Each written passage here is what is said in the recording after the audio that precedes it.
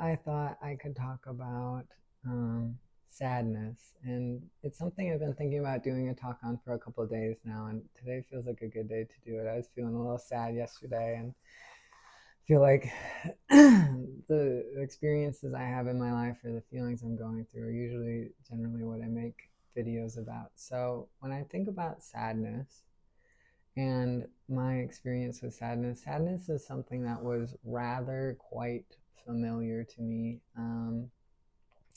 In high school and adolescence, growing up, I kind of went through a fair amount of losses consecutively. My parents got a divorce. I lost all my self-esteem.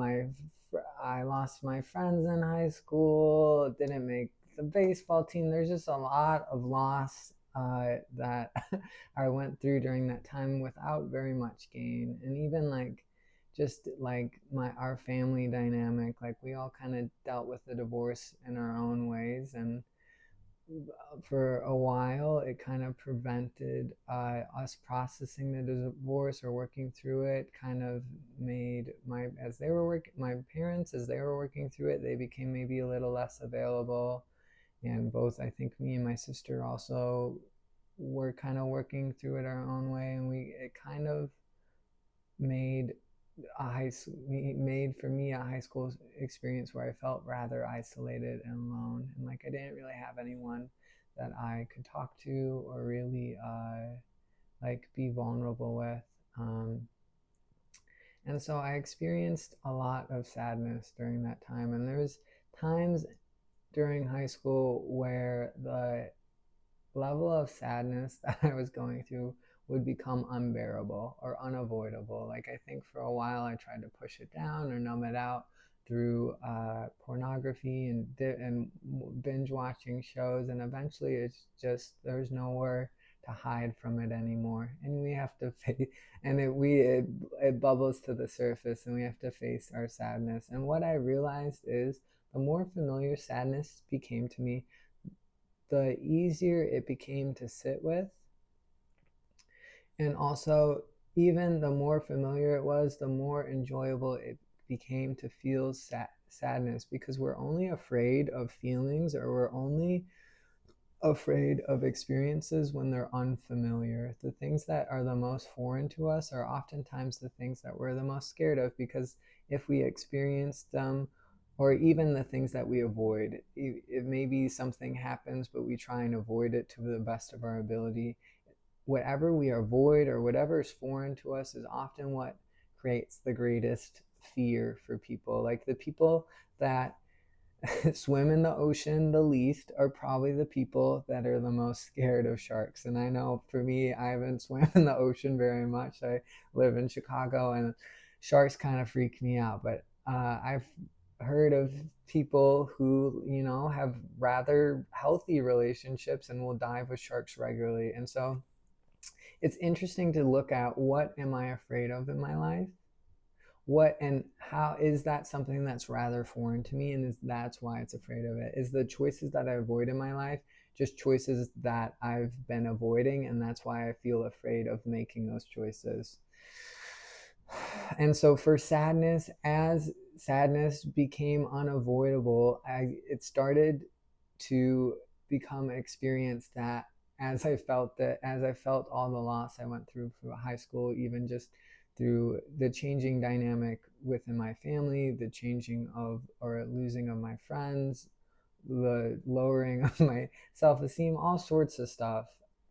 I Sadness became something that I realized was just washing away, and this is something I didn't realize probably into my like 20s, but it was washing away old identities, old patterns, old memories, old hurts that no longer served me, or no longer were parts of myself that come could be carried on to the next part of my life. And as sadness cleared the space for a new part of me to be born, like a more mature, more responsible, more loving, kind, grateful version of myself stepped forward every time I went through an experience of loss, every time I felt my sadness.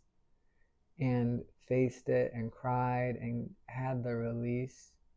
And then that, in the weeks after, or the days, weeks, months after, a more loving, kind, grateful version of myself step forward. And it's the real gift of sadness. Is a lot of times people think that in their life we are born and birth leads to death, but I would actually say that death leads to birth. And it's one of the reasons why we shouldn't be afraid to die or feel like death or feel loss or feel sadness or grief, because as we go through experiences of loss, sadness, grief, it's just washing away old parts of ourselves, parts of ourselves that maybe are negative, or limiting beliefs we have ourselves, or the part of ourselves that feel unworthy or unlovable. As we cry, some of those aspects of ourselves get washed away, and it creates more space for our soul, or for our power, or for our maturity and more responsibility step more into our body, and to make choices more often through us, and to speak more through us. And sadness is the gift of clearing. It clears away all that no longer serves you as you cry. Like every tear is just a tear washing away any density in your heart that no longer is part of your journey in the future. And so you can welcome new things into your life, so you can welcome new versions of yourself, so you can receive at an even deeper level. And you can't become a better receiver without also valuing the loss of whatever is ready to leave.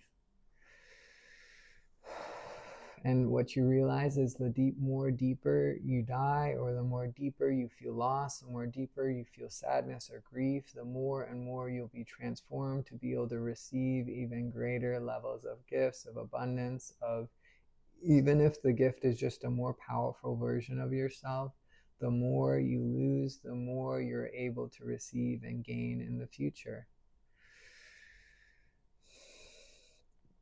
And I was thinking about a little bit of archetypes when I was thinking about giving this talk. And something I was realizing is, like, in high school, a lot of the times, like, my life never really felt like I could really, while my parents are beautiful people, it kind of felt like I couldn't really ever do enough to win my parents' approval. It felt like a lot of times from my parents, they were noticing more of what was wrong than what was right. And also, I like the things that I really wanted to achieve, like making varsity baseball team, feeling good about the grades I got, and all sorts of stuff. While I didn't have bad grades, it felt like I never could quite get what I thought maybe I was capable of, or what I deserved. And it left a feeling of me really feeling like I was a fuck up in high school. And I was thinking of archetypes, and the archetype that kind of came to me was the archetype of the Joker. And when in high school, as I was going through a lot of loss, or as I was feeling a lot of maybe pain from all sorts of different experiences, whether it's the divorce or through friend experiences or whatever, a lot of times I think I hid that pain down by putting a smile on my face and acting like everything was okay when it wasn't. And what I realized going through that, and as growing up and moving into adulthood, was that the more honest and vulnerable I could be about my experience, the more people could actually meet me how I needed to be met in that moment. Because most of the time, people are unaware of how you're actually doing unless you tell them. Some people are very good at reading people and can see kind of underneath the masks people put on, or the fronts people put on. And some people aren't very good at reading people. But if you want people to be able to meet you more to how you're actually doing, or provide the type of support or love, or maybe even just listen to you, to what you really need in that moment, oftentimes being honest and vulnerable and hiding less of how you actually feel is going to give people the opportunity to meet you better and on a deeper degree. And if you feel like really you need more love and support from someone you're talking with, what if you just said, hey, I'm going through this, and I could really just use someone to listen in this moment from what I'm going through. And I think that what I realized from high school and from sadness is that there's no point in hiding. there's no real point in hiding how we feel, and the more we hide, the more we're just actually hiding from vulnerability and intimacy of in our relationships, in ourselves. And the more we're hiding from our power, because real power is being able to be vulnerable and being able to share how you're feeling, even if you're having an awful day.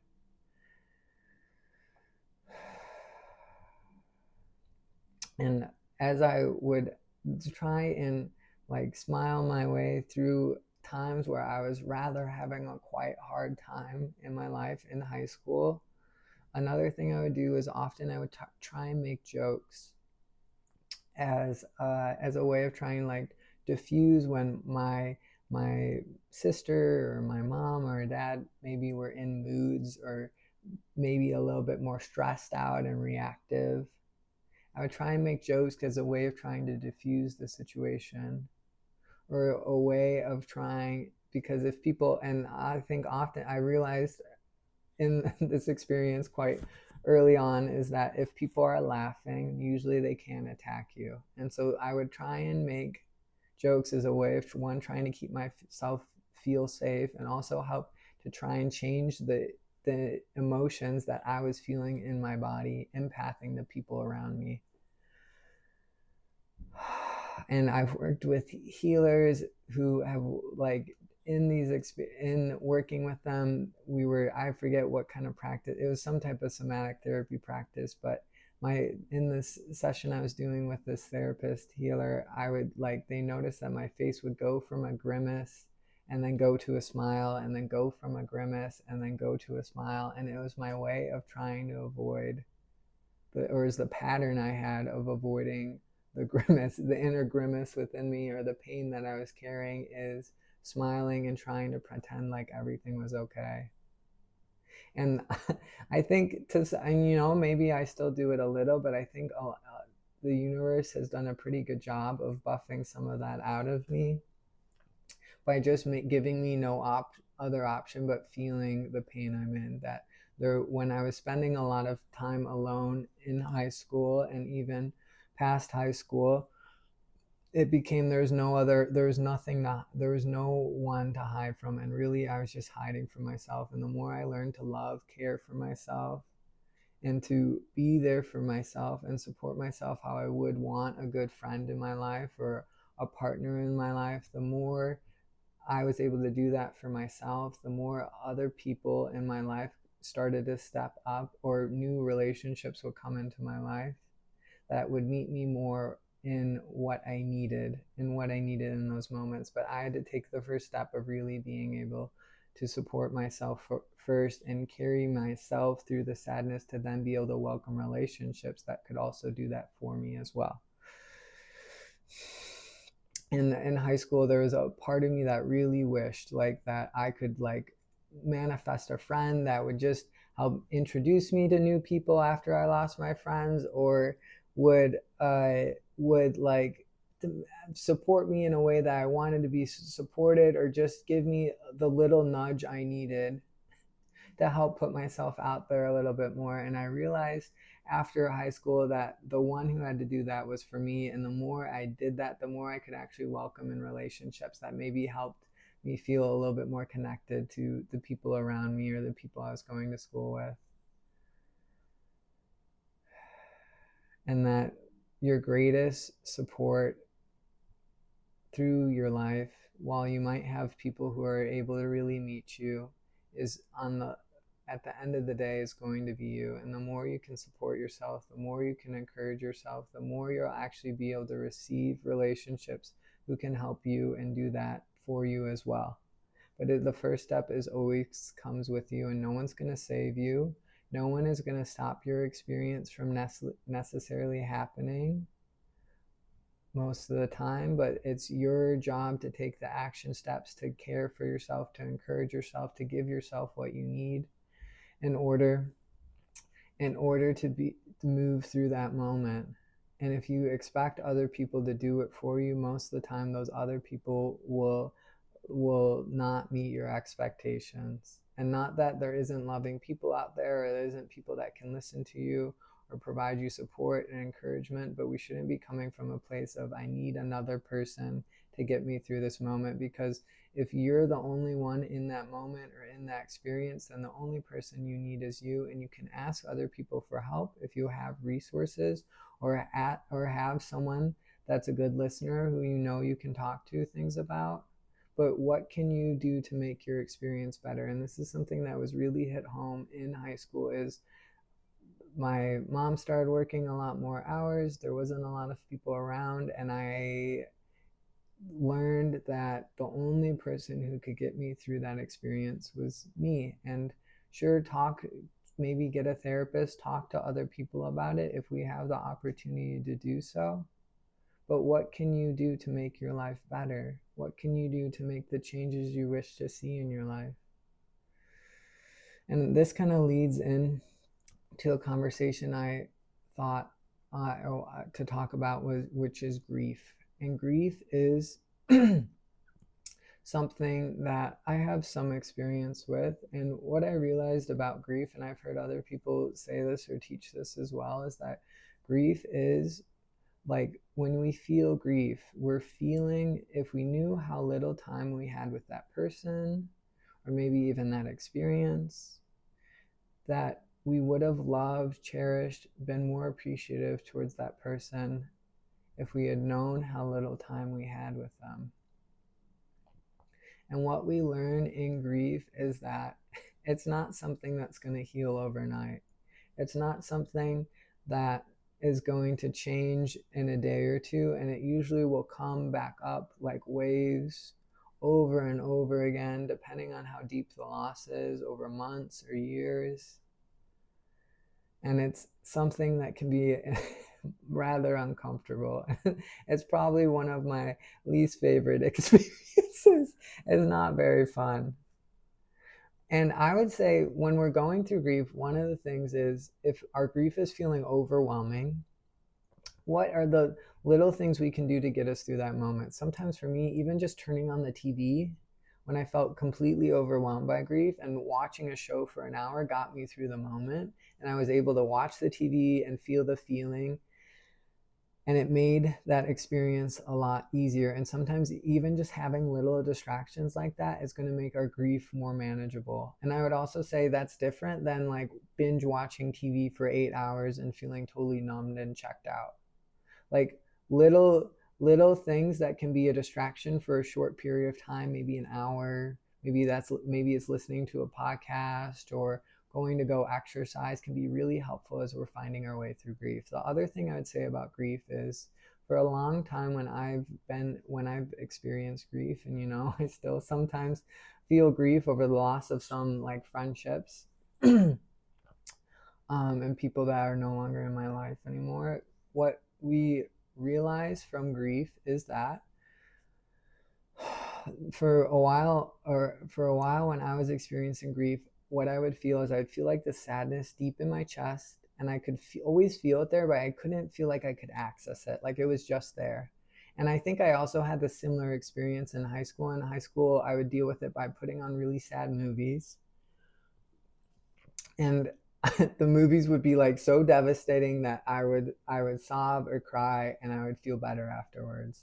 And that's one strategy to try. And what I found with grief especially, and also just maybe having a little bit more of a mature, not that there's anything wrong with watching sad movies and crying, but one of the things that has really helped me through grief is when I feel like really like I'm missing someone. I've heard some Matt Kahn teach, like, what if you talk to them like they were right in front of you? And that's, I think, is helpful and a good strategy. But to take it even a step deeper, if grief is, if I had known how little time I had with this person, I would have loved and cherished and appreciated them more. What if you said the words you had always wanted to say to them, or in that moment that you really miss them, saying the words that you wish you could express to them, even though they're not in your life, whether that they died or they just moved on to different relationships or friendships or whatever.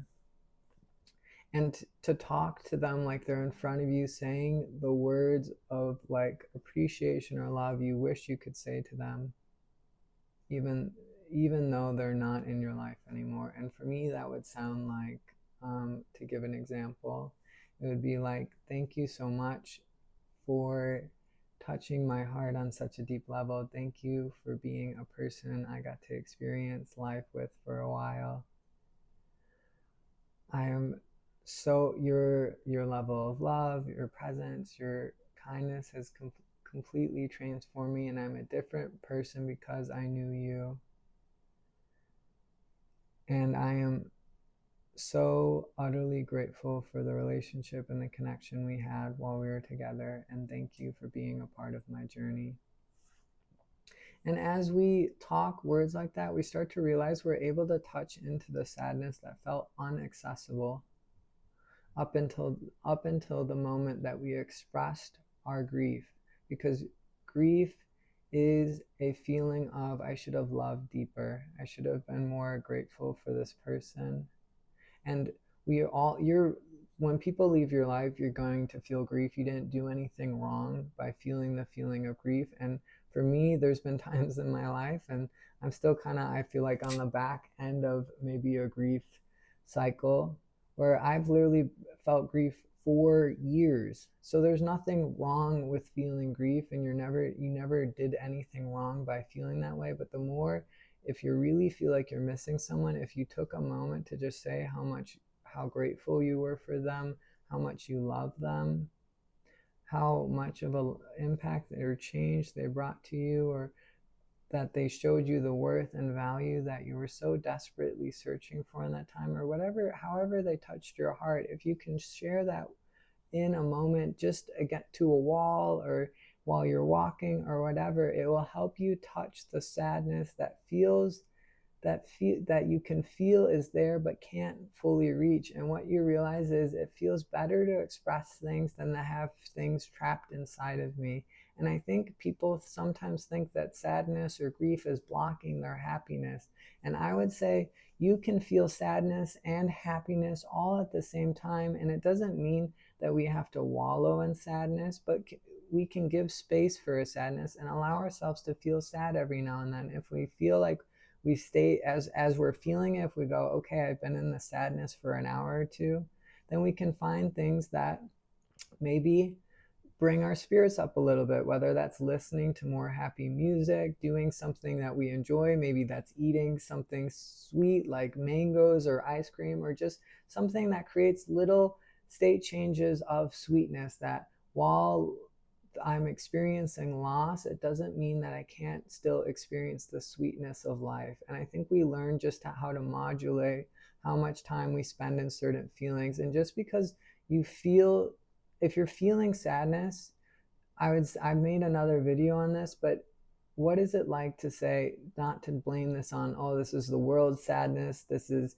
someone in Africa's sadness. What is it to like to say, if I'm feeling sadness, then it must be mine to experience? Because whether it's yours or the world, it doesn't actually matter whose it is. But if you're feeling sadness, the universe has designated that sadness to you as an experience you're meant to have. And the more you can welcome it and feel it, the easier time you will have through that sadness, and the more you'll learn to enjoy sadness, because sadness isn't anything that's bad or anything that's wrong, but it's just clearing space within you for more of you to step forward, or for you to receive something better relationships in the future. And there might be some space between a relationship leaving and a new relationship coming in, but the sadness is what clears away the old identities, old patterning, old belief, old unworthiness or unlovability that no longer will serve you in the future. And so sadness is a gift,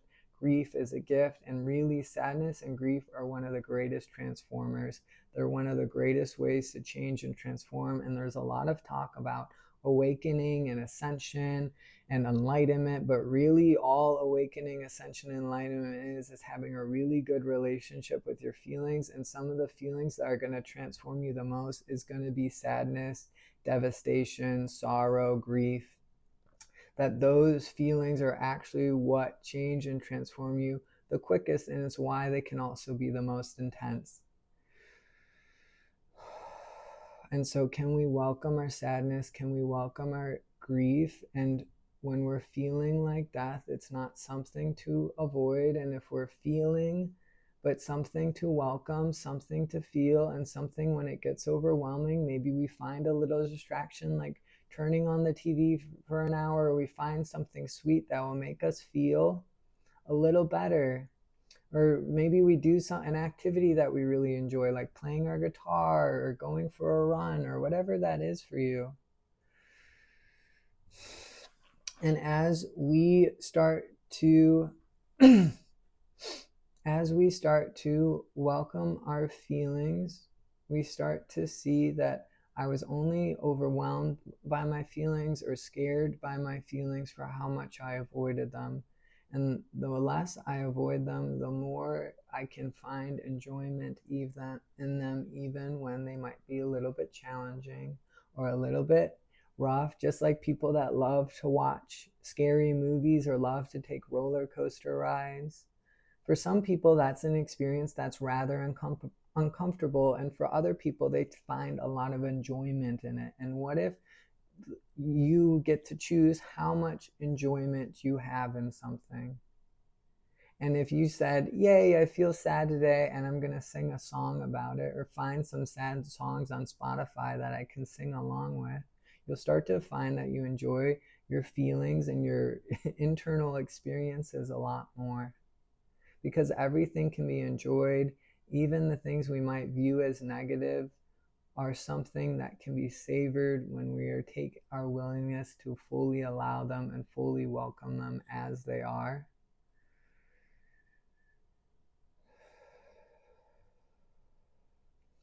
And as we welcome how we feel, we realize that things were only unbearable for how much I avoided them. And the more I welcomed them, the more and more I was able to find freedom in myself, freedom in who I am, and freedom in the expression of me. Oh, so that feels like a good place to wrap up. Thank you for listening, and I appreciate your time. Bye.